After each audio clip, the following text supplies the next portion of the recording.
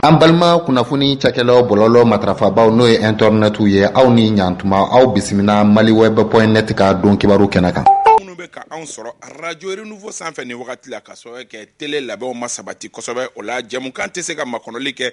maa welelenw olu ye kɛnɛ sɔrɔ ka ban an ka maa welelenw an y'a fɔ ka fɔ n ko dɔgɔkun o dɔgɔkun an bɛ ɲɔgɔn sɔrɔ jamana kunkankobaw la jamana kunkankoba dɔ ye gɛlɛya misɛnnin tɛmɛna diinɛ ɲɛmɔgɔ dɔw ni ɲɔgɔn cɛ a kɛra sababu ye kiriko kuma bɔra la nka ala tanuna a ko ma taa yɔrɔ jan an bɛna nɛn don ani ɲɔgɔn cɛ n'an bɔra yen nɔ min ye san kelen o sɔrɔla fanga cɛ furancɛ fanga kɔnɔ Ibrahim Bokar Keita ale ka fanga dafirilen kɔ mun kɛra san kelen kɔnɔ an bɛna an nɛn don o ni ɲɔgɔn cɛ ni wagati man ta an tigɛ ma fiyewu ka sɔrɔ kɛ caman kɛra la ka ban bandaw ka fara a ka premier ministre kan k'olu ye damakasi sɛbɛn don jamana juguya la an bɛna an nɛn don o fana ni ɲɔgɔn cɛ maa welelenw o ye Malik Konate ka bɔ min ye Hɔrɔn TV la Malik i ni sɔgɔma. An b'a ni sɔgɔma Isa Kaba an bɛ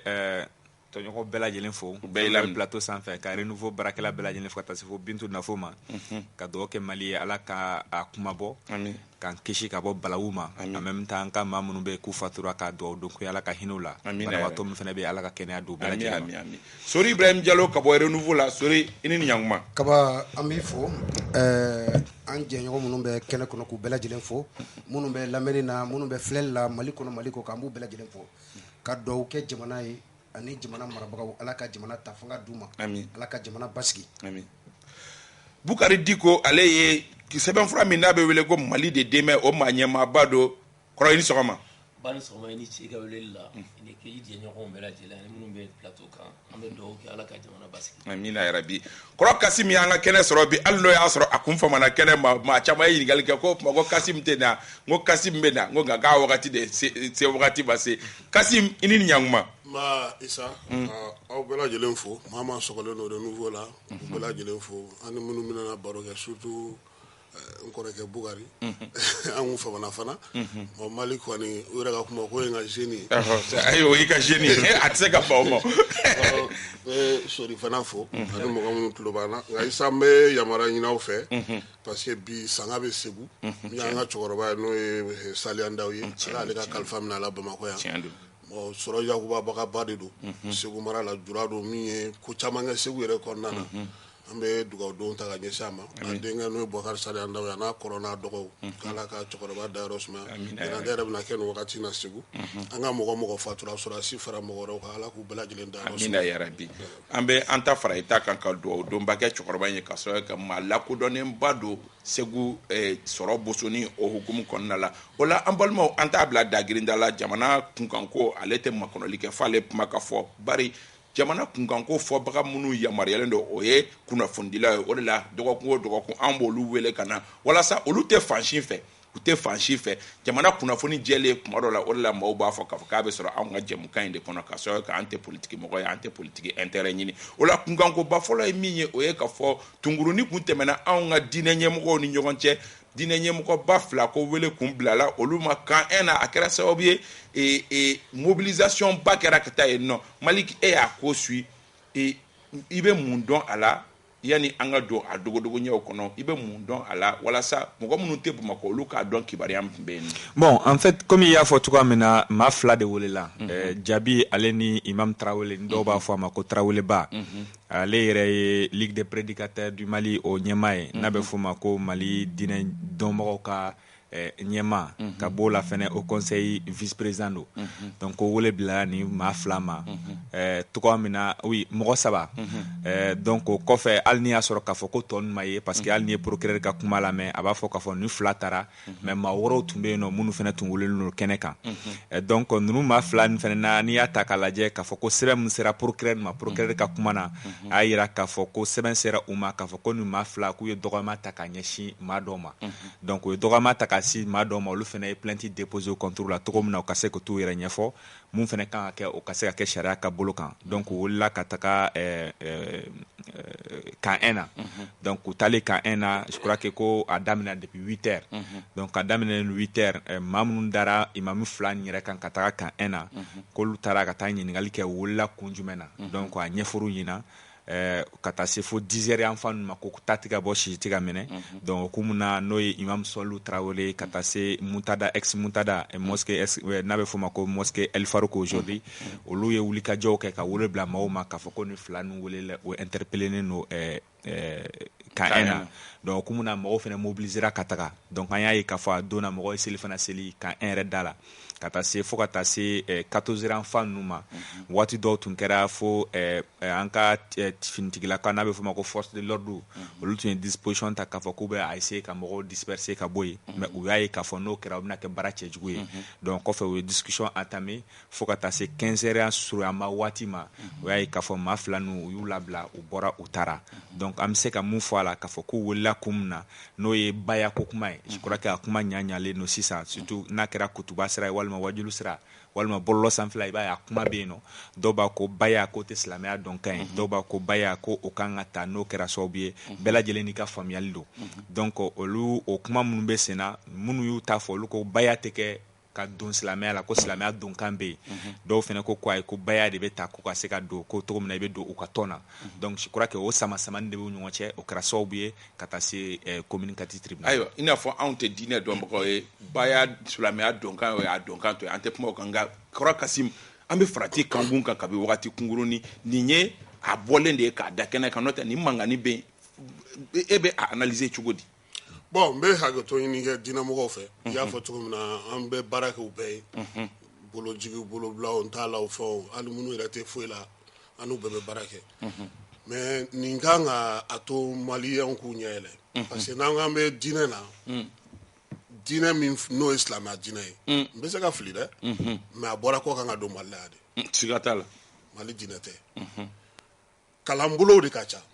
mɔgɔw bɛ taa kalan kɛ Arabi Saoudite dɔw bɛ taa Egypte bɛɛ bɛ t'i ka fan na olu dɔnniyaw n'olu kalamɔgɔw n'o alimamu n'o o kodɔnnaba minnu bɛ diinɛw la taabolo ko ta nasira fɛ olu mana na ɲɔgɔn sɔrɔ jamana kɔnɔ olu kan k'a lajɛ de mun yɛrɛ de bɛ anw fara ɲɔgɔn kan an ka kɛ kelen ye k'a kɛ Mali diinɛ ye ayi an yɛrɛ ka an bɛ diinɛ min yɛrɛ la min nana ka bɔ kɔ kan mun b'an fara ɲɔgɔn kan pour que an ka ɲɔgɔn sɔrɔ la an kana ɲɔgɔn sama anw ko an bɛ seli arabukan na mais an ka kutubaw bɛ kɛ bamanankan na n'i ma fili kutuba ye seli fan dɔ de ye jumadonya fɛ jinɛtigiw b'a fɔ cogo min na e ko k'e tɛ seli bamanankan na e bɛ kutuba kɛ bamanankan na a dun fara seli fan dɔ de don parce que a bɛ seli wagati min na ko fila de bɛ seli mais kutuba o ye fila tɔ ye min b'a dafa mais a ka to ɲini ka jinɛtigiw fɛ parce que n ye min mɛn o de y'o de ye maintenant ni o ye o fan dɔ ye aw yɛrɛ dɔ nana kɔsa in na ka bɔ Laginɛ k'a bɛ seli bamanankan na bɛɛ ko ayi k'o tɛ bɛn bon an ka sariyaw sigi diinɛtigiw yɛrɛ ka fara ɲɔgɔn kan ne ma fili o conseil islamique wagati dɔ la Diko bi yan ka imam Mamu Diko to a kunna a ye baaraba dɔ kɛ silamɛya yɛrɛ réforme a baaraba fɔlɔ tun ye mun ye kutuba kɔnɔna na mɔgɔ kana bɔ diinɛ bankun kan ka taa don ko wɛrɛ la i ka dan seli ala ko i k'o fɔ o de fɔ yɔrɔ don i k'o fɔ mɔgɔ ɲɛna juma ka kɛ o kan mais bi min bɛ ka kɛ i yɛrɛ b'i sigi k'a lajɛ kutubaw bɛ kɛ direct la videomaniw bɛ fɛnw kɛ extraw bɛ kɛ mɔgɔw bɛ fɛnw kɛ mais ni fɛn o fɛn bɛ jama mago ɲɛ a ka wulikajɔ la a wagati fɛn tɛ fɔ se hakili b'a la maɲi tun b'a ka fɛnw kɛ tuma min a tun bɛ taa M5 faveur la o tun bɛ ta ka tigɛ M5 mɔgɔw bɛ u ka jago kɛ n'a ye u bɛ fɛn mɔgɔ tɛ kuma parce que a tun b'u arranger mɔgɔ caman wɛrɛw ye kutuba wɛrɛw kɛ olu tun bɛ régime ni fɛnw ta a kun ka d'u ye mais bi olu M5 mɔgɔw de bɛ fanga la ni nin waleya bɛ ka kɛ mɔgɔ bɛ olu yɛrɛ ka gouvernement kɔnɔ ko min tɔgɔ ko ministre min bɛ diinɛ ni bateau n'an ka kokɔrɔw kunna olu kan ka se ka wuli k'u jɔ ka nin ko in dafaga parce que Isa ne ye denmisɛnnin ye ne ye jelikɛla ye Bamakɔ yan o fana gɛlɛyara a wagati dɛ an k'an jija diinɛ kɛlɛ kana kɛ ni ala ko don ne ma la ni diinɛ kɛlɛ bɛ kɛ mais ni mɔgɔ ko don kɛlɛ bɛ kɛ ayiwa parce que o ye politique de ye ayiwa Diko bon ne bɛ se ka min fɔ ka fara Kasim min kuma fɔ ka ban démocratie nana ni nin bɛɛ ye a tɔ kɛra yɛrɛsagokɛ ye diinɛ ɲɛmɔgɔ ka hakɛ to n donn'u gasi la i se ka kɛ jamana kɔnɔ sariyaw bɛ jamana kɔnɔ sariyaw bɛ piétiner au nom de la religion ça peut pas continuer n'i ye Sénégal ta misali la tu as les Mourides, tu as les Niassènes, ils t'aiment meilleur si, comme nous en Bouloudja, comment t'es cassé ce niveau-là. Chite c'est chima. C'est-à-dire comment c'est le corps donc quoi. Ah, faut tu avec un moko de attaque qui dîne quoi. Donc, au mira, il faut que Mali en gagne les. Mais quand on a dîné terrain minga, on a son quoi. Parce que vous avez tasma mena nous amener, avec nous aider. Dîner qu'elle avait pas remis d'où. À quel âge on a un résultat. Ça devient analyse que c'est révoltant quoi. C'est plus que révoltant. Heureusement que dernier mois de oula quand on dit que reste la Kenekan. Bon, l'autre n'a pas apprécié. Non, chacun sa pédagogie. Parce que n'a ma daï, avec ces la baby réunis, tiens. Et puis, ce qui est encore plus grave, politique n'a pas droit à bétien quoi. Et comment faut 600 euros? C'est ça la vérité. Et vous savez là, il y a la dynamique qui est politique comment? Moi, on a dit mauvais, à ta voté Karsaï, en mode dîner kono. Donc, je vais toro, moi, on est toro. En besoin, en besoin, en besoin, alanye. En a yele moumuni, n'afra au lieu restabla. Ou bien qu'à un yangono, pour se gagner. Mais minkera au don, c'est une leçon, bema quoi. Beki yere makara, beki méfier, ni situation face au là. Sorry, Ibrahim Diallo. Kaba, en Canada, le Mali, c'est un pays laïque. Sigatala. En Gahagli, tout la Kosobe. N'a fɔra ko jamana min ye pays laïque ye contre ni sɛnɛ batubagaw chrétien dinɛw n'o Nabila Isaka mɔgɔw ye ani Mamadu dinɛ mɔgɔw olu bɛɛ lajɛlen bɛ ɲɔgɔn sɔrɔ Mali kɔnɔ mais moi je n'en veux pas à ces musulmans ou à ces religieux là j'en veux à nos politiciens de bɛ se ninnu ma cogo di k'olu da don kuma la an y'a ye o ni mawuludi bɛ kɛ yan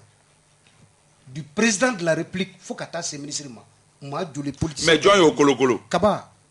les politiciens des deux, c'est pas eux. On nous t'es la politicien, on nous devait. D'abord, avec ma famille, moi je salue le courage ici de la personne qui a porté plainte.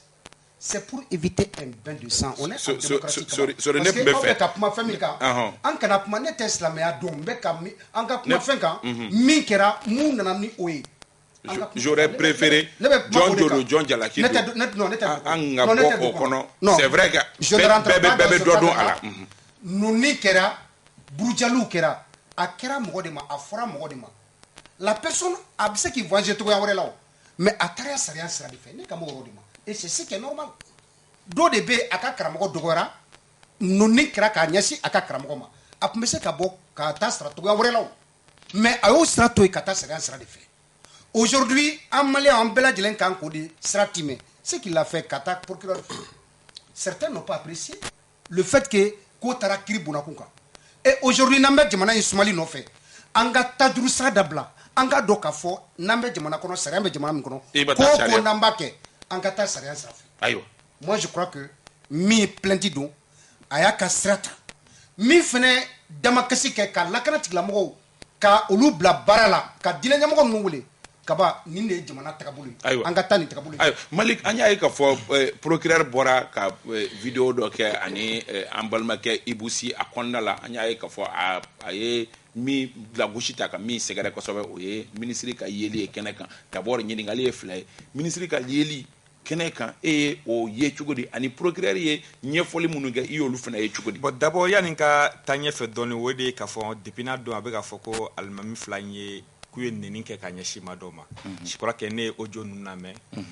man neni yakono peut-être que neni esua warante mundo man neni yakono ne kon man neni parce que amen neni mudon man neni yakono me fe ko ron fo maintenant muye ka fo imam Umaru Jarotai je crois que wolo blara imam Umar Jaradi ma ministre Umar imam oui ministre délégué Umaru Jara donc wole blara makaka takadi parce que avec kenemi gambi ate imamia keneka oui ate imamia keneka mais a wola kundo de la parce que afene ka wuli ka jotun fanga ka bon dine ko famfela la alni M5 takalaje M5 ka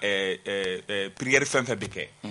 place de l'indépendance la al nutra fanga fe ba ko imam Jara al sisani ya ka fo mo ko continuer toujours ka fo imam Jara parce que o de baka donc o sobu la wole blara ma muni be se ka ke to mina ni ko me se ka la ben dinyama jolena ka sura make ni fitinɛ ye a taara ten ne kan un na ka tila ka garantie di k'a fɔ maa ninnu na k'u ka taa lamɛnni kɛ kan un na u taara lamɛnni kɛ kan un na ale de wulila fɛnɛ n'i y'a mɛn k'a fɔ ko maaw sabalila maaw ka kani bɛɛ lajɛlen kɔnɔ waati dɔ la ni hakili b'a la ka taa se midi yan fan ma mɔgɔw tun commencera ka révolter f'u ye sotramatigi dɔ gɛn yɛrɛ k'o ka taa ka bɔ yen mɔgɔw tun commencera ka fu jenu n'i y'a ye k'a fɔ ko tempérament dara ka mɔgɔw tension jigi mɔgɔw kan k'u yɛrɛ ɲininka a bɔra yɔrɔ jɔn jɔn wuli ka jɔ ka cogo min na o tension ka da o bɛɛ sababu bɔra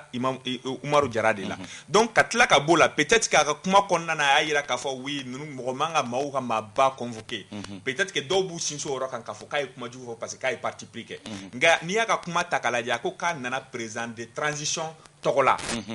k'a nana premier ministre tɔgɔ la a b'o fɔ a ka kuma kɔnɔ Maliki i bɛ hakɛ to télé mɔgɔw ye an ta nin wagati la an b'a f'u ye n k'u danga na hali n'o y'a sɔrɔ an kun ye wagatinin kunkurunin sɔrɔ débat kɔnɔna la Maliki bɛ se ka tɛmɛ donc a y'o kuma minnu fɔ k'a fɔ k'a nana président de transition tɔgɔ kɔrɔ b'a jira k'a fɔ maa dɔ de y'a ci ka na bon hali n'i y'a sɔrɔ k'a fɔ ko kumakan tɛ tiɲɛ mais ale de y'a fɔ en tant que ministre ko président y'a ci premier ministre y'a ci donc cela veut dire tout simplement a bilala ka na mission dɔ de la donc n'a bilala ka na mission dɔ la hali n'i y'a sɔrɔ a ye kuma min fɔ k'a fɔ ko maa tɛ maa ka maaba convoqué o bɛ se ka kɛ fili a bolo mais a nana mission dɔ la a y'o mission kɛ a seginna ka taa mais bɔli ma diya procureur ye oui bon bɔli ma diya procureur ye fɛn caman bɛ yen nɔ o tɛ se ka diya bɛɛ ye o procureur b'a ka rôle kɔnɔ kuma dɔ la procureur bɛ mɔgɔ convoqué ka taga o procureur b'a k'i kana lamɛnni kɛ mais a tɛ diya a tigi ye o mais o kɔrɔ t'a jira ko procureur wuli nka ko man ɲi o tɛ se ka fɔ donc procureur y'a ka fɛn kɛ ale y'a ka déjà kɛ ale y'a ka fɛn ladon ale y'i ta a yɛrɛ ɲuman na k'a kan ka taa sira min fɛ a taara o sira de fɛ plainte déposée ale ka yɔrɔ la a y'a bila ka taa enquête kɛ ale y'a ka baara kɛ o maintenant Imam Umaru Jara o fɛnɛ wulila parce que mɔgɔw bɛ ka ɲinɛ fɛn min kɔ i bɛ ministériya fonction na pourquoi n'i taara jamana wɔɔrɔ kan i b'a ye président n'a bɛ président fonction na waati n'a bɔr'o la il est libre i b'a sɔrɔ a bɛ taa don carré kɔnɔ walima a bɛ taa boutique la a bɛ taa fɛn san walima a b'a ka fɛn ta walima a bɛ taa vacances la n'a taara vacances la il est libre en tant que citoyen donc k'a fɔ k'i ye ministre ye i tɛ ministre ye tile journée bɛɛ lajɛlen kɔnɔ i tɛ ministre ye san kalo bɛɛ lajɛlen kɔnɔ wagati dɔw bɛ yen nɔ i ka ministériya baara kɔnɔ i b'o kun kɔnɔ n'o bɔra la hali procureur yɛrɛ filɛ nin ye mais ka ye nin ɲɔgɔnna kɛnɛ kan ministre de la république fɛnɛ ni ça interpelle quand même Malik mais an ye fɛn jumɛn ye ka ye nin kɛnɛ ka ça interpelle le président tɛ déplacé ka taa diinɛ ɲɛmɔgɔw fɛ f'u ka misiri kɔnɔna na wa o tɛ kɛ yan wa o bɛ kɛ bon ni ministre bɛna déplacé la ka taa nin kɛnɛ kan e ko problème b'a la ayiwa sori donc n bɛ fɛ ka mun fɔ dɔrɔn an ka nin bɛɛ lajɛlen lajɛ en même temps yɔrɔ dɔ fɛnɛ fɔra n'o ye imam Diko ka yɔrɔ ye je crois que Diko ka tagali ne yɛrɛ n t'a fɔ k'a fɔ ko n b'a apprécier parce que au moins Diko taara discours yɛlɛmana avant que Diko ka kuma ta discours tun bɛ ko karisa la k'aw ye plainte déposé mɔgɔw bɛ kule Allahu Akbar donc c'est à dire mɔgɔw funjɛnnen tun don mais a kumana ka mɔgɔw apaiser nin fɛn min filɛ an k'a lajɛ ji ɲɛma jɔlen na an kana to tan c'est pour ne bɛ se ka ne b'a apprécier c'est-à-dire problème yɔrɔ min na ale taara ka ko da k'a fɔ maaw ɲɛna a taa so anw diinɛ ɲɛmɔgɔw yɛrɛ an yɛrɛ bɛ sigi an bɛ kuma ka mɔgɔw la sabali donc o yɔrɔ la quelque part foli bɛ se ka parce que a yɔrɔ la yanni Diko ka na mɔgɔw tun funtunen don kuma o kuma bɛ ta karisalakaw de plainte déposé kuma o kuma bɛ ta karisalakaw de plainte déposé mɔgɔw bɛ kule donc ça montre que mɔgɔw tun diminen don mɔgɔw tun funjinen don mais ale ka kuma kɛra min ye an ka sabali ayiwa an ka maaw lajɛ an ka diinɛ ɲɛmɔgɔw to ka fara ɲɔgɔn kan Sori Ibrahim Diallo procureur ni ministre ka yeli kɛnɛ kan bon nin tɛ siɲɛ fɔlɔ ye mɔgɔw hakili ka mɔgɔw wagati dɔw la an tɛ hakili jigin kɛ fɛn dɔw la ka kɔba nin tɛ siɲɛ fɔlɔ ye ministre ka ye enquête kɛnɛ kan tu te rappelles Petit Gemba ka affaire dɔ kɛra fo a kun datuguna 15e arrondissement na Bako Jikoroni cɛma Mamadou voilà maître Mamadou Ismaël Konaté il était ministre de la justice à l'époque a taara o kɛnɛ kan maintenant ne b'a fɛ ka min fɔ nin yɔrɔ la an k'a faamuya k'a fɔ Imam Jara a sira kɛnɛ kan a ma taa ni a yɛrɛ ye o parce que avant que a ka taga wagati min na a ye président de la transition wele ka premier ministre wele ka ministre de la justice wele ka kibaruya di nin bɛɛ lajɛlen ma et puis an kana ɲina ninnu ka yeli kɛnɛ yɛrɛ kan convocation diliw ma Imam Jara s'est impliqué en personne pour que mɔgɔ ninnu ka wuli ka taa i ka faamuya b'a la ka taa kiiri bonnakun kan ka taa lamɛnni kɛ kaba mɔgɔ tɛ bonya fanka ka weleli ma il faudrait que maliyɛn ko de don et moi je salue ici le courage du procureur Amidou Idrissa Touré parce que a bɛ ka min kɛ bi o ye ka an ɲɛ yɛlɛ k'a yira k'a fɔ kaba mais ministre minɛ k'a dɔn k'a non je vous en prie o kuma wɛrɛ ne ma se o yɔrɔ ma o kana kuma don da ma min fɔ ne bɛ ɲininkali kɛ non ne m'o fɔ e ye o ne de bɛ ɲininkali kɛ voilà donc sisan ne bɛ a ka courage fo parce que ale tile de la an bɛ ka ye ko ja maa tɛ bonya sariya ka minɛli ma maa tɛ bonya sariya ka weleli ma c'est la première fois non ministre tɛ o kelen tɛ o nul n'est au-dessus de la loi président de la république a wagati ma session a bɛ nale u bɛ wele o kiri bunda kun ka jamana franchement parlant n b'a fɛ ka min fɔ nin yɔrɔ la en toute sincérité imam Jara ka yeli kɛnɛ la basi foyi tɛ ne kɔni bolo sabula ale yɛrɛ de kɛra sababu ye maa minnu nana convocation jaabi olu ale ka wuli ka jɔ o de y'a to n'olu yɛrɛ sira kɛnɛ kɔnɔ donc kana pour que ka tension a baissé les tensions baissé o kana kɛ basi ye an ka faamuya olu la mais ça dépend hakilina min bɛ e yɛrɛ ma ka ɲɛsin imam Jara ayiwa faamuyali b'o kɔnɔ kɔrɔ Kasim an y'a ye k'a fɔ bɔli in senfɛ imam Jara ka bɔli mɔgɔ fɔlɔ min yɛrɛ ye kunnafoni di k'a fɔ ko imam Jara bɔkun ye nin ye o kɛra e ye i ka alamisa don jɛmukanba kɔnɔna la ka procureur ko k'ale tun bɛ ministre minɛ ka don kaso la o se tɛ procureur ye parce que min na o se tɛ procureur ye procureur bɛ baara kɛ ni sariya de ye a tɛ baara kɛ n'a ni dungo ye o de la ne ko n ko ni i ye fanga ye ni se b'i ye kana dusu parce que fanga b'e la ka ban o n'i dusura e fanga de b'i kɛlɛ o mɔgɔninfin yanni ka fɛn o fɛn kɛ i b'a ɲɛɲini peut-être que procureur ye fɛnw fara ɲɔgɔn kan ale yɛrɛ ye baara k'a don o de connaître k'a ye baara k'a don parce que a ye fan fila bɛɛ sera ka fan fila bɛɛ fara ɲɔgɔn kan ka kuma kɛ k'a ban u ni ɲɔgɔn cɛ ka plainte ni fɛnw bɛɛ de o ye foliba ye mais vidéo in mais o kɔfɛ peut-être que a ye fɛn dɔw mɛn a ye fɛn dɔw ye c'est un jeune comme nous hein a n'an bɛɛ bɛ âge kelen na a fana dusu bɔra a b'a fɔ ko bon il faut que n ka territoire marqué dɔɔni o de sen fɛ kuma dɔw tilara la sinon ale ye fɛn dɔw fɔ k'a fɔ k'ale ye sunamɔgɔ ye a tun man k'olu fɔ o man ka bɔ ale la parce que ale ye kiritigɛla ye ka ban o briefing de b'ale kan faso jɔyɔrɔ fali kiritigɛyɔrɔ la o de b'ale bolo o de procureur de la république près du tribunal de grande instance donc n'a y'a fɔ ko n ye nin ye dɔrɔn ale bɛ se ka baara kɛ ka ban se bɛɛ bɛ a ye polisi ni gendarme ni garde ni fɛn fɛn bɛ commune 4 kɔnɔna na bi a bɛɛ b'ale ka mara kɔnɔ ale bɛ se ka min kɛ président tɛ se ka kɛ commune 4 la donc dusu tɛ kɛ ka k'o la ne bolo a tun kan ka mɔgɔ tɔw lamɛn karisa e ye ministre ye e taar'i yɛrɛ sɔrɔ nin yɔrɔ in na cogo di sinon imam Jara ne ye sɛgɛsɛgɛli de kɛ ka weleli kɛ ka ɲininkali kɛ ministre wɛrɛw de y'a fɔ ne ɲɛna ko ko nin ko in ko a gɛlɛyara ko parce que olu yɛrɛ de ko k'a ka taa sécurité justice président de la république premier ministre parce que a b'a mɔni dɔn a ka se ka taa mɔni dɔɔni tɛ dɛ ale de ko ninnu ma a y'a kɛ ala kɔntaw bɛ balo la o a da fɔ kɔntaw ninnu ɲɛna a y'u bila ka taa sɔgɔma u kun ko k'u tɛ taa ale de ko k'u ka taa mɔgɔ tɛ se ka ban ka taa fanga jaabi ni a bɛ ɲɛnabɔ cogo min an maliyɛn dama ɲɔgɔn ta an b'a ɲɛnabɔ o yɔrɔ la fana kɔntaw fana ko n'o don ni nin ko kɛra tan an ka serifukɛ yɛrɛ wele a kana an k'an sigi an ka kuma an yɛrɛ ni ɲɔgɔn cɛ ni nin tɛmɛ mais a y'a sɔrɔ Ayidara tɛ yan Ayidara denkɛ serif o de tun bɛ ka kow ɲɛnabɔ kumaɲɔgɔnya tun b'u ni ɲɔgɔn cɛ Jara de ye kumaɲɔgɔnya don Ansar ni Taraweleba ninnu tɔ ninnu bɛɛ lajɛlen ni ɲɔgɔn cɛ u y'a essayer k'a fɛn kɛ mais min ka ɲi o ye Sori ye min fɔ taa sariya la a kɛra cogo cogo o yɔrɔ de la ne b'a fɔ n ko kuma dɔ la hali anw yɛrɛ ni mɔgɔ sera an ka mɔgɔ ma a jo b'a la sa a jo t'a la sa anw journalistes an de ye bɔli da yira bɛɛ la yan an de taa tribunal dalalaw fa yan k'an ban ko an ka mɔgɔw tɛ taa waritigiw fana nana don a la bɛɛ bɛ ka don a la a kɛra mɔdi ye bɛɛ bolo mɔgɔ welela dɔrɔn o b'a ka jama bɔ ka taa donc fo an ka bɔ o de kɔnɔ ɲinan san kɔnɔ ne taara tribunal la siɲɛ 4 ma mɔgɔ si wele siɲɛ 4 m'a fɔ mɔgɔ si ye hali n ka baarakɛlaw m'a f'u ye ala k'i kisi an yɔrɔ ma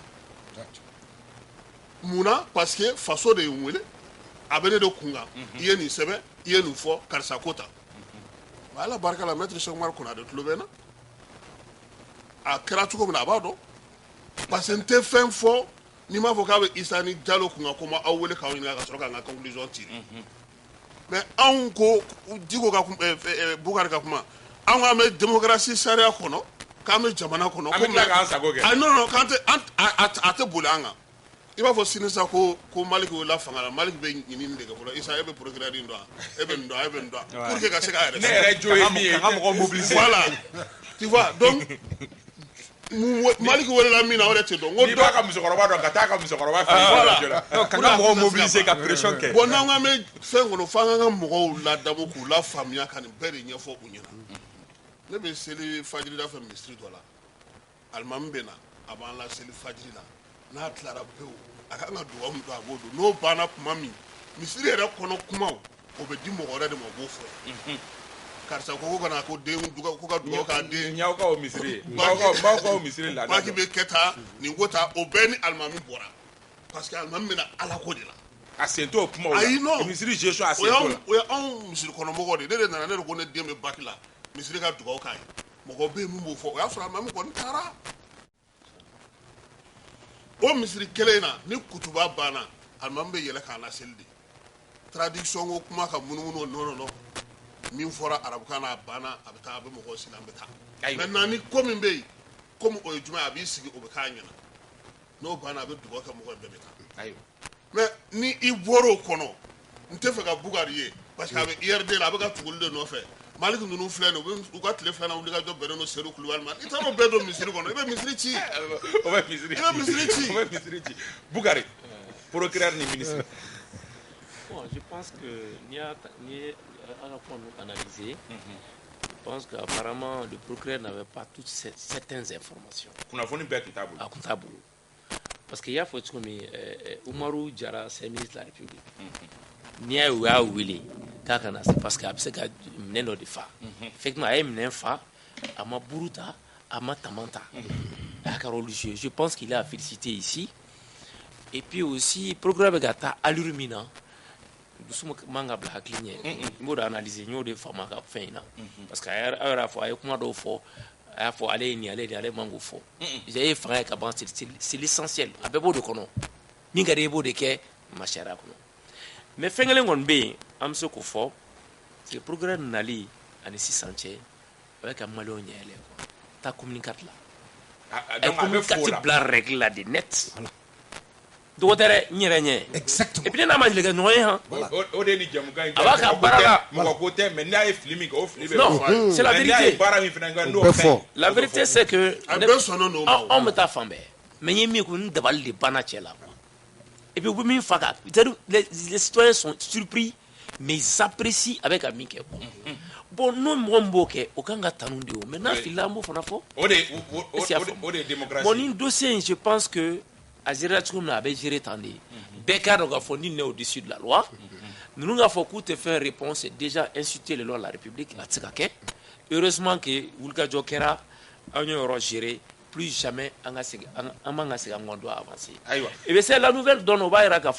transition beka avancer. Parce que moi avec Aira Malo Gafo Sherabe avec Batu iti allié Grebi kuno yuleben animana amna ni chokora. Ayo ire ya mariati ama wala amba an yuru dron ka jigi o kuma kono miye fanga che franche fanga ale sangele soro sangele minaya soro kalo kletan shegi doko ku ngonna la amba e ka fo sangele akaka do ba fo ko sangele de kimeli kumbonga fanga che franche fanga na nyo kono sangele nganga kime wala nango ngambo kimeli ke sori Ibrahim Diallo ba damne ela. D'accord.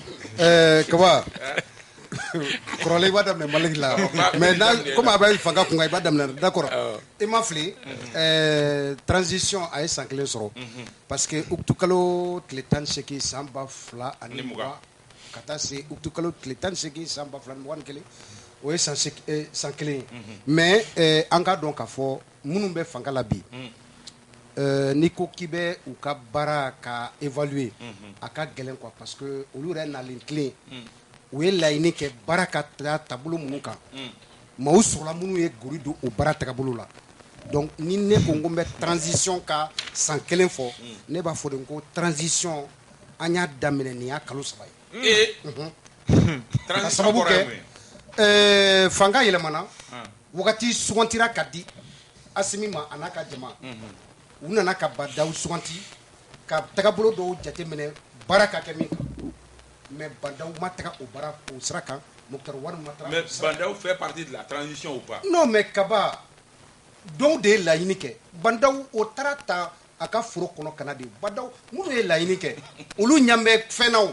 jamana bɛ ka mara cogo min olu de ko ka yɛlɛma don o la badaw tun tɛ foyi kalo saba in ni ne ko ko n bɛ kuma kan jamana tagabolo alhamdulilayi sanga in kɔnɔ an bɛ ka min ye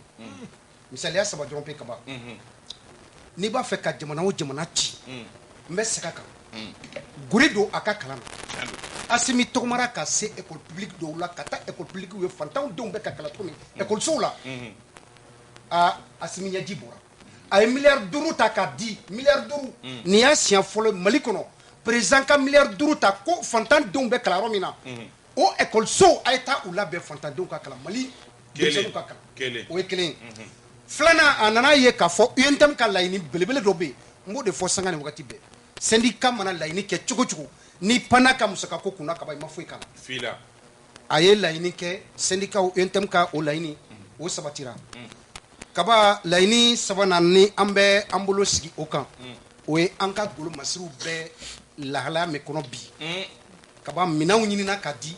fɔlɔ an b'a ye dugu de bɛ ci fɔlɔ an b'a ye kan de bɛ ci fɔlɔ an b'a ye an ka sɔrɔsiw bin de bɛ k'u kan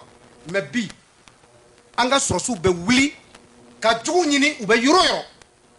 donc l'armée monte en puissance ayiwa an ɲɛ bɛ o de la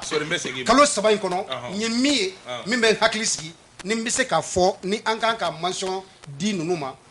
pour le moment o ye mention passable Malik Konate i bɛna ka n filɛ Malik Kaba san kelen an ye san kelen kɛ kuma na an ye san kelen kɛ don ka bɔ la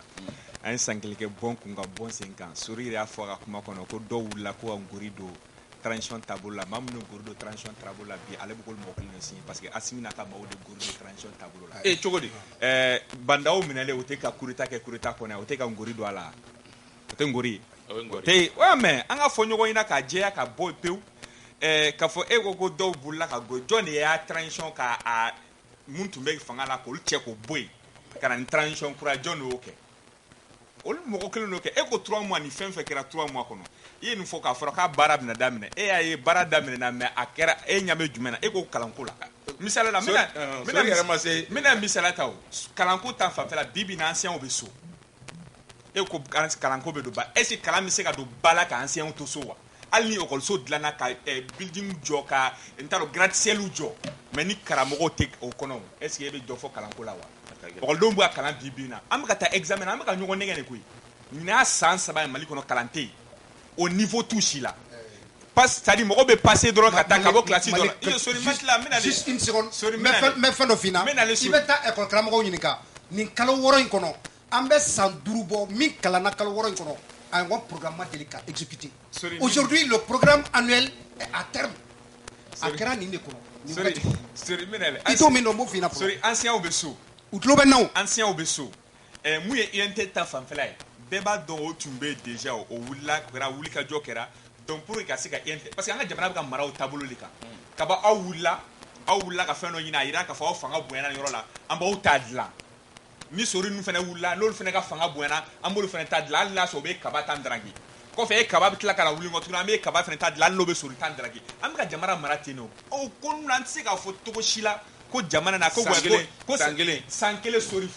kaba foyi ma kɛ san kelen kɔnɔ ni maliyɛnw bɛ se k'i jɔ k'a fɔ ko tiɲɛni yɛrɛ la lakana Sori ko lakana ta k'a lajɛ Sori bɛ ka lakana min fɔ nin ye premier ministre taara e tun bɛ premier ministre nɔfɛ dɔgɔ feere o premier ministre mun fɔra premier ministre a kɛnɛ kan f'u bolila ka bɔ e b'o dɔn kana fɔ k'an bolila ka bɔ ayi mais an kan ka taa yɔrɔ min na an ma taa olu bɛɛ la a fɔra ɲɛna ko mugu cira o fɔra ko an ka cɛ ka bɔ nin zone kɔnɔ k'a bɛ ten o ma kɛ wa premier ministre ta la wa mais minnu b'o zone na o de kosɔn n'an y'an sigi plateau kan k'a fɔ ko wayi ko sécurité la ko avancée dɔw kɛra ko sécurité la ko fɛn dɔw ɲɛnabɔra minnu bɛ insécurité kɔnɔ minnu bɛ tile ban diɲɛ dogo don u bɛ nin zone kɔnɔ u b'an tan cogo la u bɛ ɲugun na kaba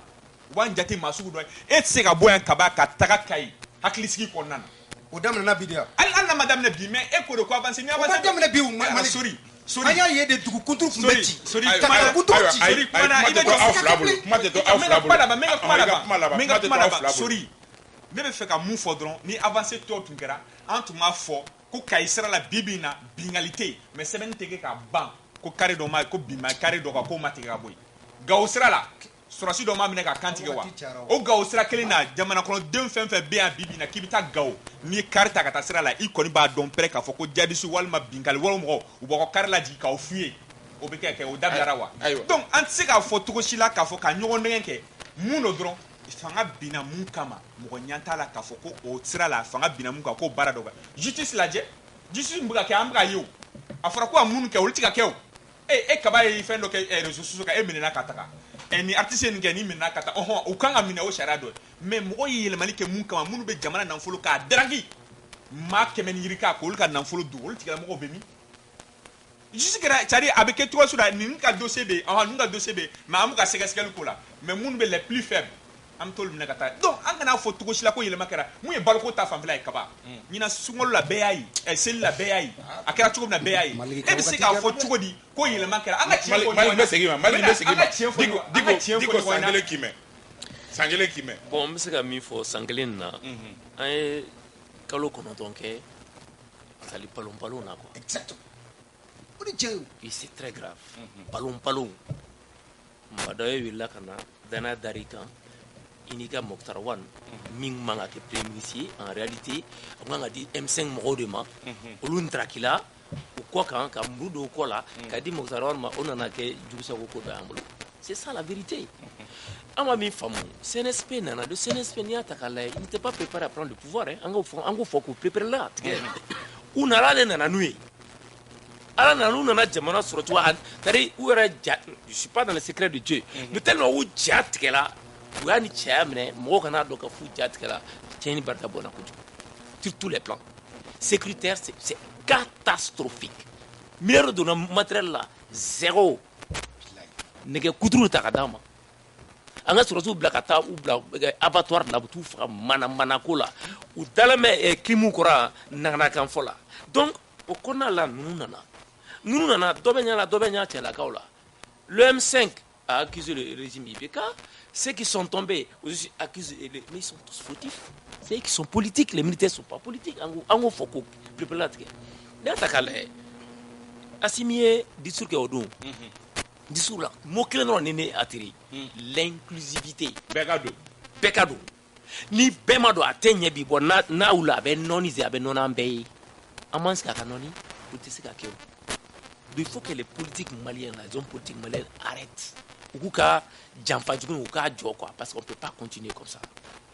sécuritairement ni atakale sécurité beka noni kataf un exemple très concret donc sangelen kono 9 mois 0.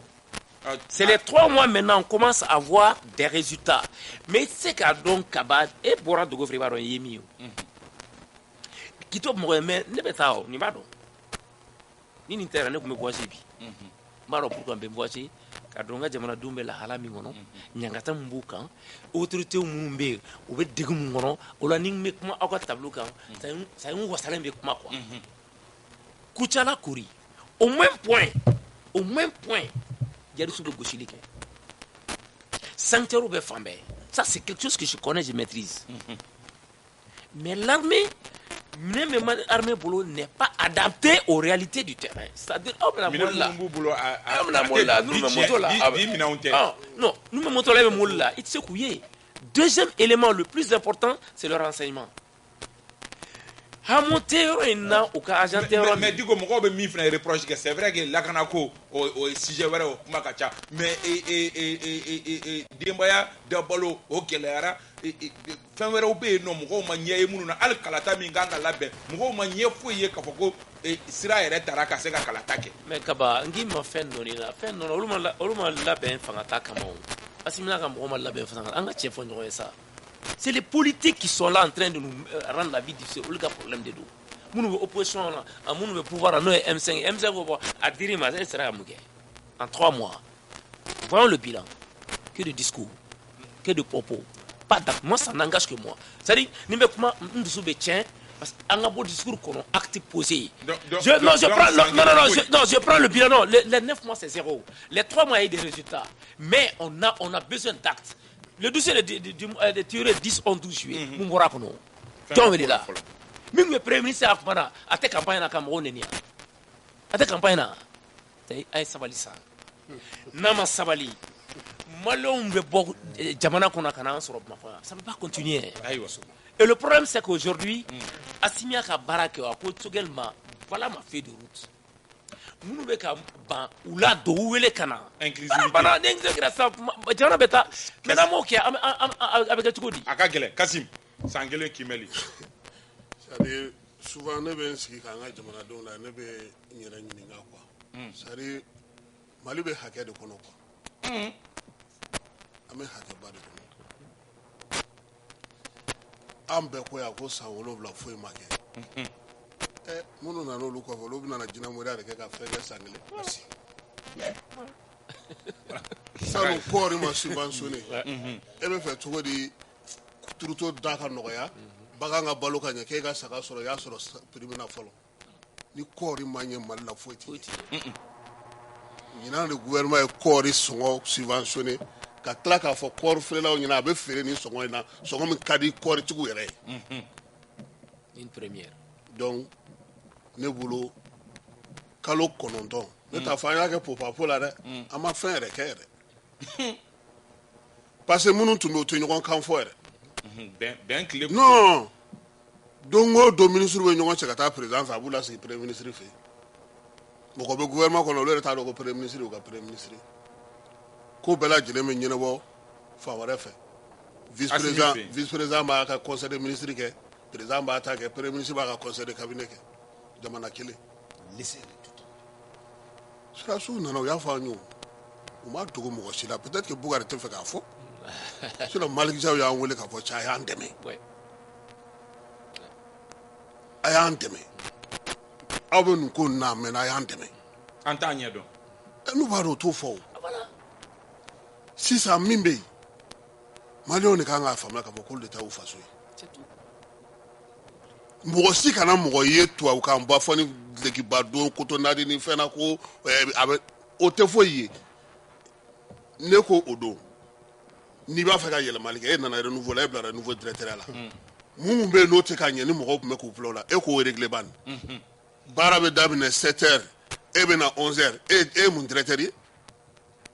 yurugu misɛnnin minnu bɛ baarakɛyɔrɔ la olu kɛlɛli sera jinɛmoriya la maître de l'ordre mais bi nomination min bɛ k'an ka yɔrɔ la bɛɛ ɲɛ t'a la hali sisan scandale ba dɔ tɛ nin polisi la commissaire recrutement min kɛra sisan a fɔra ko ka mɔgɔ 25 ta u taara kɛ mɔgɔ 80 ye budget tɛ se a kɔrɔ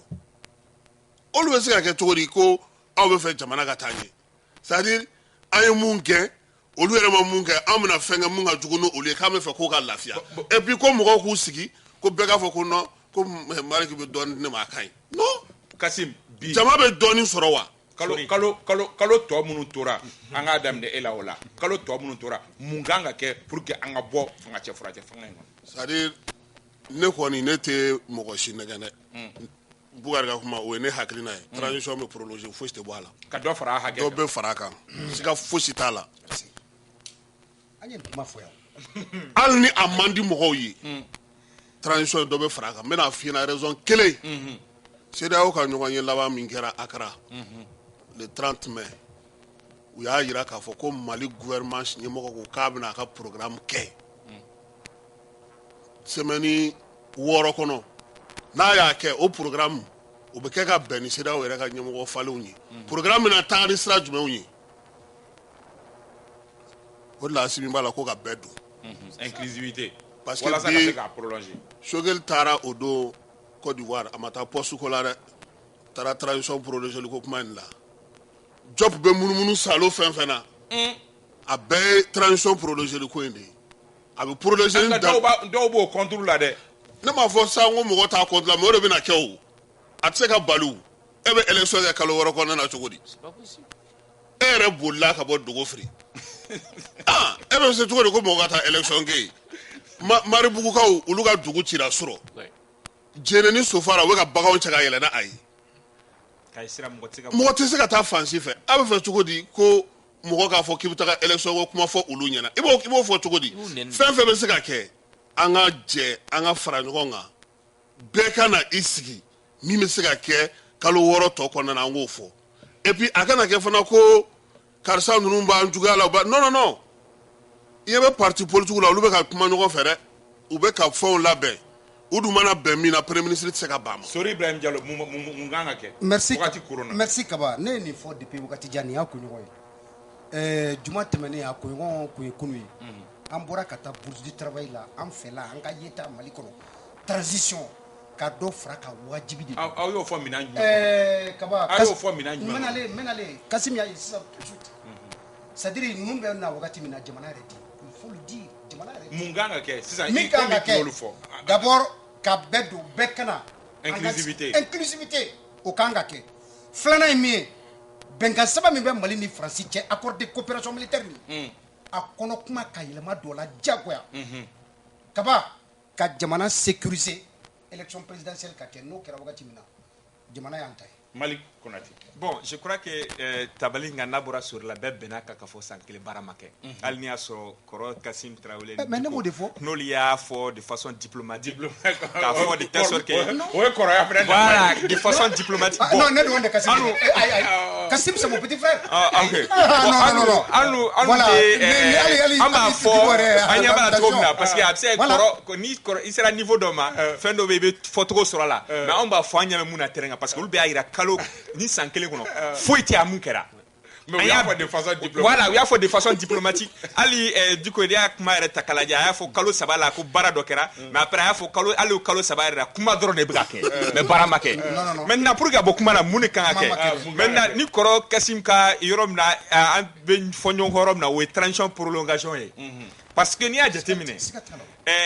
k'a fɔ k'a bɛ prolonger a bɛ prolonger o y'a sɔrɔ baara dɔ de bɛ ka kɛ mais baara ti ka kɛ e ka t'i ka mobile jɔ mécanicien fɛ yen ko a ka rendez-vous di ma ko sini e kana sɔrɔ e ye mobile jɔ cogoya min na mécanicien kelen fɛ mobile o cogoya est ce que e b'a fɔ mécanicien ko bon mais sini mais i b'a ta ka taa n'a ye min fɛ yen dun mais i b'a ta ka taa ni min fɛ i b'a dɔn o la c'est pour te dire Mali transition non n bɛna min f'i ɲɛna transition kɔnɔna na i tɛ se ka transition kuncɛ ni élection tɛ n'i y'a minɛ jean na i bɛ taa di pôle de ma voilà n bɛ fɛ ka mun fɔ sisan donc yanni i ka t'o la a bɛ min bolo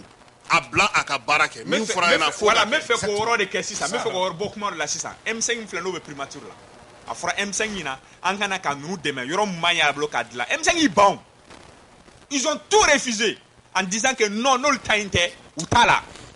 donc aujourd'hui n'olu fɛnɛ b'a la ni mɔgɔ wɛrɛw fɛnɛ wulila je crois que olu fɛnɛ y'u ta ɲɔgɔnna kɛ tajuru sara don k'i ban n m'a fɔ bɛɛ k'i ban dɛ nka M5 y'i ban fɛn bɛɛ lajɛlen ma hali a fɔra ko élection organisation k'u kana an b'a la ye cogo min na hali Kɔsim sigira u kana a bɛ la ye cogo min na ji ɲɛma jɔra parce que a fɔra ko CNT sigi cogo man ɲa mais gouvernement ko pour que an bɛ se ka Kɔsi sigi ka se ka CNT ka se ka a la clé mais u ban mais aujourd'hui n'aw fɛnɛ nana ban compromis bɛɛ ma a bɛɛ ma aujourd'hui ils sont là-bas olu ye fɛn o fɛn proposé k'a bɛ kɛ u y'a bɛɛ bila ji la maintenant n bɛna ale organe unique bɛ sigi n bɛna ale ouais n bɛna bɔ kuma na yɔrɔ min na organe unique bɛ sigi a tɛ sigi élection bɛ organiser a bɛ organiser don jumɛn chronogramme kɔrɔlen min tun bɛ yala o de b'a en cours wa o dɔnnen tɛ organe unique yala an bɛ baara kɛ n'o de ye wa walima ministre ni parti politique bɛnna mun kan an bɛ baara kɛ n'o o dɔnnen tɛ an bɛ se k'a fɔ cogo di fɛn min yɛrɛ ɲɛ dɔnnen tɛ ko ka dɔ fara o kan a kan ka continuer transition fɛ Diko an bɛ bɔ nin an kan ka mun kɛ ka bɔ walasa wagati koronna kosɛbɛ daburu ɲɛ kelen i b'a dɔn min don il faut que gouvernement ka bɔ palon na a ka acte posé d'abord reste l'autorité de l'État le dossier de 10-11-12 juillet là minɛni ka daminɛ ayiwa mun ye wari siyɛn mais mi préciser yɔrɔ la u ye bɛɛ lamɛn leader non u ye leader bɛɛ lamɛn mɔgɔ b'a ko la a bɛɛ auditionnera ka ban maintenant étape laban min kan ka fara o yɔrɔ kan sisan o de la ne yɛrɛ bɛ ka juge ɲininka mun de la o dɛsɛra ka kɛ ayiwa mais min f'i ye parce que premier ministre kɔrɔ ni fɛn minnu tɔgɔ b'a la ko cour de wa ntara mun de ka je suis pas d'accord aux 2 poids 2 mesures ye Yamoussa Mnena en tant qu'ancien ministre et général d'armée Mourala il faut arrêter ça là et même voilà non je ne vais pas faire au cas au théâtre point au cas d'abla quoi en second quoi on a besoin des actes prorogation à Djarouyo à Madjaouyo malon be tamaka bon molodo ka nous soro avec Diagua parce que ce que voit d'aller déjà après nous avons fait un caradon on va continuer on ne veut qu'à ça on ne veut qu'à ça on ne veut qu'à ça avocat wala Kassim Traoré bandaw ni Mokhtar Wane ye plainte do jamana juguya la yakila jumɛ pour que an ka bɔ kuma in kɔnɔ bon ne bolo ni yɛrɛ tun man ka kɛ parce que yan sariya ma yira k'a fɔ k'u nɔ minɛlen don kiiri m'a fɔ ko u minɛlen mais marafatigiw de taalen n'u bila u da la u bilalen n'u da la mɔgɔ min fɛ o ye fanga ɲɛmɔgɔ ye donc an yɛrɛ dama tun bɛ se ka nin kɛ k'a sɔrɔ a ma se an ka bɔ ka taa an yɛrɛ yira diɲɛ na tuguni déjà aw y'u bɔ Kati ka na n'u ka so aw tun b'u to yen ni fanga mɔgɔw bolo ou bien ni ko min bɛ u kun kan u b'o kɛ mais nin CEDEAO la taga in u fana ye avocat de ta n'o ye maître Mamadu Ismaël Konate ale fana bɛ k'a ka avocat baara kɛ pour que k'a ka client la gagner bon min ye ko kura y'a kɔnɔna na sisan u ye plainte don Assimi yɛrɛ contre la commune 3 la parce que k'a ye mɔgɔw minɛ ka datuguw da la ka ko kɛ u la mun ni sariya tɛ taa ɲɔgɔn fɛ o de ye kura n'o tɛ CEDEAO ta in CEDEAO bɛna n'a fɔ de ani Union africaine ko k'u labila ayiwa olu tɛ taga n'a ɲɛ kiri la ayiwa an bɛ aw fo k'aw waleɲuman dɔn ka sɔn dakuruɲa kelen o la quoi non n bɛ bɔ kuma na dakuruɲa kelen quoi raison d'état c'est sans commentaire ayiwa an bɛ aw fo k'aw waleɲuman dɔn aw sɔnna ka na baro kɛ an fɛ kɔrɔ Kasim Tarawele ka bɔ radio Kiledu la Bukari Diko Mali dɛmɛ ɲɛmaaba Mali Konate Hɔrɔn TV Sori Ibrahim Diallo ka bɔ Renouveau la Bintu Napobolo tun bɛ nɛgɛ kɛrɛfɛ la radio fan fɛ Ousmane Togo ale tun bɛ réalisation na Dramane Kone ale tun bɛ régie d'antenne na an bɛ aw fo k'aw waleɲuman dɔn kanubagaw Bamsa Jogolojo an b'i fo Madu Ture n'a bɛ fɔ a ma ko Jet 700 logement la an b'a fo Fode Kone commandant an bɛ i fo ka douane ɲɛmaaba fo an bɛ foli di kanubagaw bɛɛ lajɛlen ma o mana kɛ Mali fan o fan aw k'an bɛn ni jɛmukan in dɔwɛrɛ kɛnɛ kan dɔgɔkun nata wasalam aw tulo garisɛgɛ kɛra kunnafoni la kumaba minnu ye maliweb.net sanfɛla la o de ye nin ye ni ala ma an ka jɔnya jɔn an na a kan an bɛn kunnafoni wɛrɛw kɛnɛ kan